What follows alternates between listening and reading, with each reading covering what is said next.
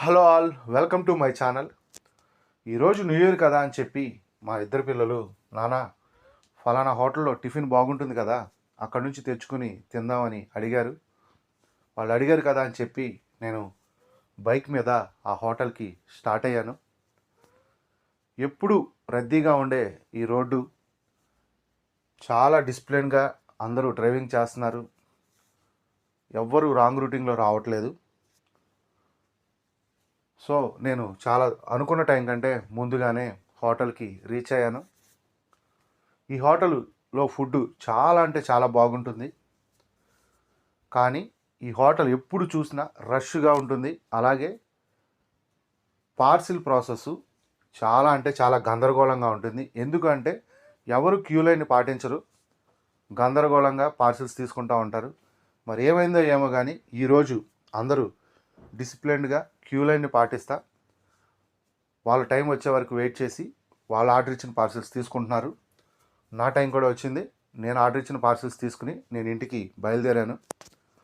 ఇంటికి వచ్చి మా మా ఇద్దరు పిల్లలతో పాటు మా వైఫ్తో పాటు కూర్చుని టిఫిన్ చేస్తున్నాను. ఈలోపు నా మొబైల్ నెంబర్కి ఒక మెసేజ్ వచ్చింది.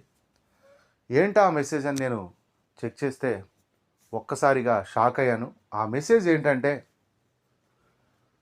నా అకౌంట్కి అమౌంట్ క్రెడిట్ అయింది. అది ఎవరు వేశారా అని చెక్ చేస్తే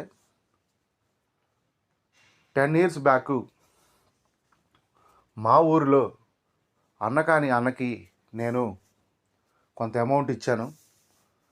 ఆ అమౌంట్ ఇచ్చిన కొన్ని రోజుల తర్వాత నాకు అవసరం పడి నేను అడిగితే నా నెంబర్ బ్లాక్ చేశారు. అలాగే నా మెసేజెస్కి రిప్లై లేదు.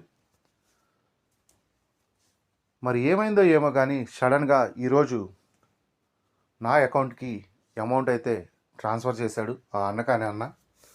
చాలా హ్యాపీగా ఫీల్ అవుతూ నాలో నేనే నవ్వుకుంటూ న్యూ ఇయర్ బాగా స్టార్ట్ అయింది, మంచి మంచి పాజిటివ్ ఎనర్జీతో స్టార్ట్ అయింది అనుకుంటుండగా నా ముఖం మీద నీళ్ళు పడినట్టు అనిపించి కళ్ళు తెరిచి చూశాను.